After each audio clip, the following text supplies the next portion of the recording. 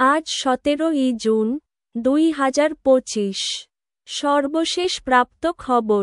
ইরানের শীর্ষ সেনা কর্মকর্তার দাবি, ইসরায়েল পারমাণবিক আক্রমণ করলে পাকিস্তান সেখানে পরমাণু হামলা চালাবে। এনডিটিভি। টানা কয়েকদিন ধরে ইরান ও ইসরায়েলের হামলা ও পাল্টা হামলায় উত্তপ্ত হয়ে উঠেছে মধ্যপ্রাচ্য। গত শুক্রবার ভোরে তেহরানসহ ইরানের বেশ কিছু স্থানে পারমাণবিক ও সামরিক স্থাপনায় ইসরায়েল বিমান হামলা চালায়। পরে তীব্র শক্তি নিয়ে ইসরায়েলে পাল্টা হামলা শুরু করে ইরানও। দফায় দফায় এই হামলা ও পাল্টা হামলার মধ্যেই শঙ্কা বাড়ছে ইসরায়েলের পারমাণবিক হামলার।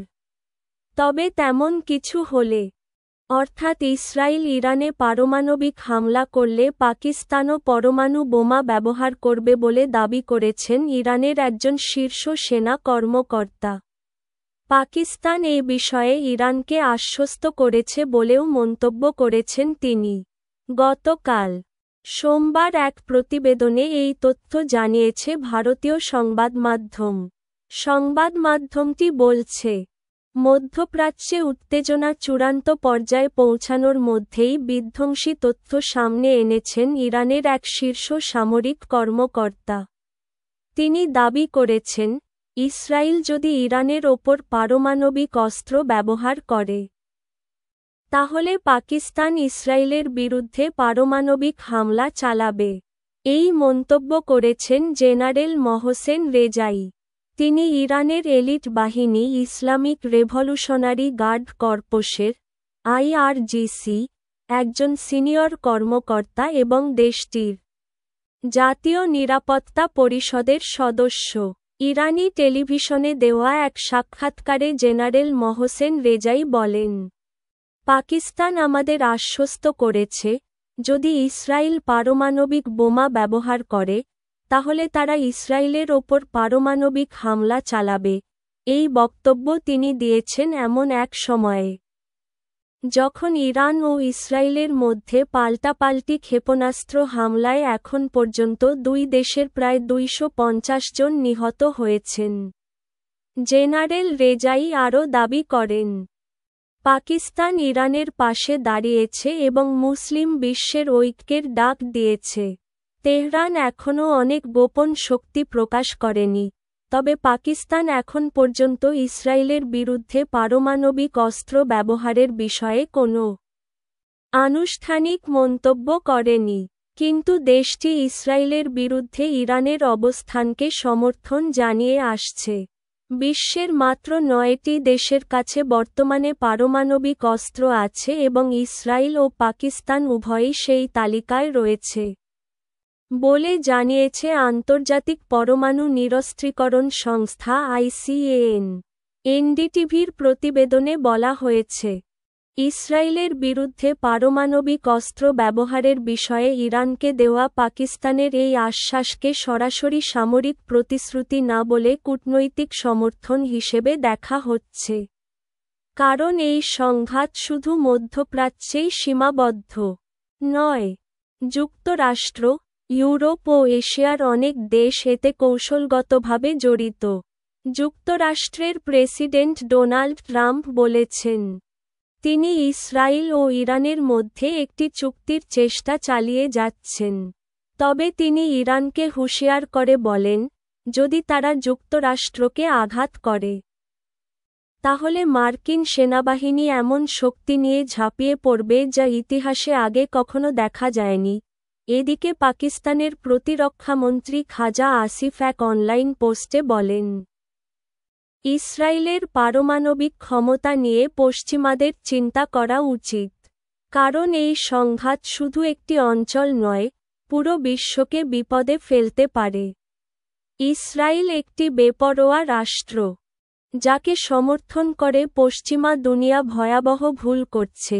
ইসরায়েলের পারমাণবিক সক্ষমতা নিয়ে বিশ্বকে সতর্ক থাকার আহ্বান পাকিস্তানের প্রতিরক্ষামন্ত্রী খাজা মুহাম্মদ আসিফ বিশ্ব সম্প্রদায়কে ইসরায়েলের অনিয়ন্ত্রিত পারমাণবিক সক্ষমতা নিয়ে সতর্ক থাকার আহ্বান জানিয়েছেন। তিনি বলেছেন, এই ক্ষমতা বৈশ্বিক শান্তির জন্য হুমকি হয়ে দাঁড়িয়েছে।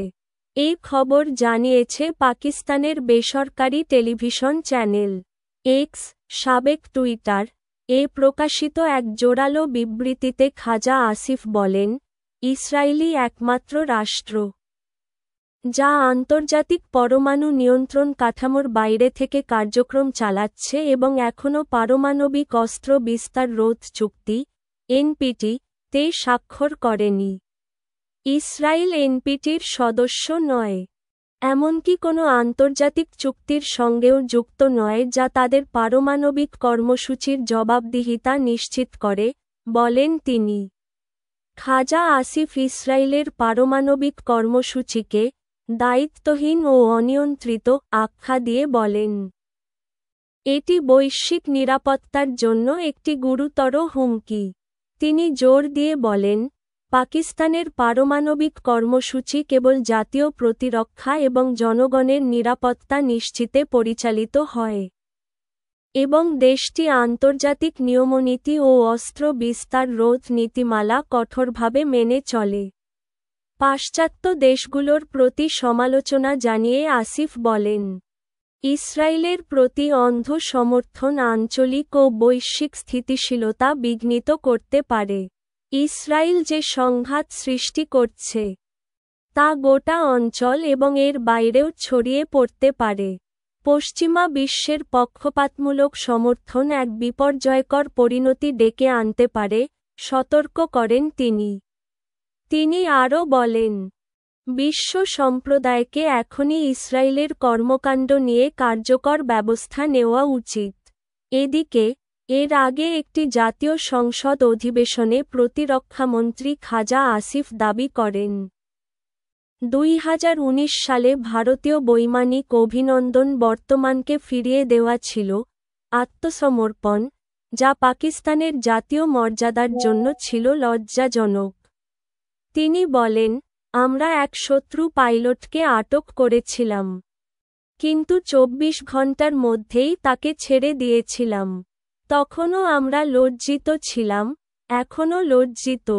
তিনি তৎকালীন প্রধানমন্ত্রী ইমরান খান ও সেনাপ্রধান জেনারেল বাজওয়াকে এই সিদ্ধান্তের জন্য দায়ী করেন। আসিফ আরও অভিযোগ করেন, বেলুচিস্তান লিবারেশন আর্মি (বিএলএ) সহ পাকিস্তানের সক্রিয় সন্ত্রাসী সংগঠনগুলো ভারতের প্রক্সি হিসেবে কাজ করছে এবং নয়াদিল্লির পক্ষ নিয়ে পাকিস্তানের বিরুদ্ধে যুদ্ধ চালিয়ে যাচ্ছে।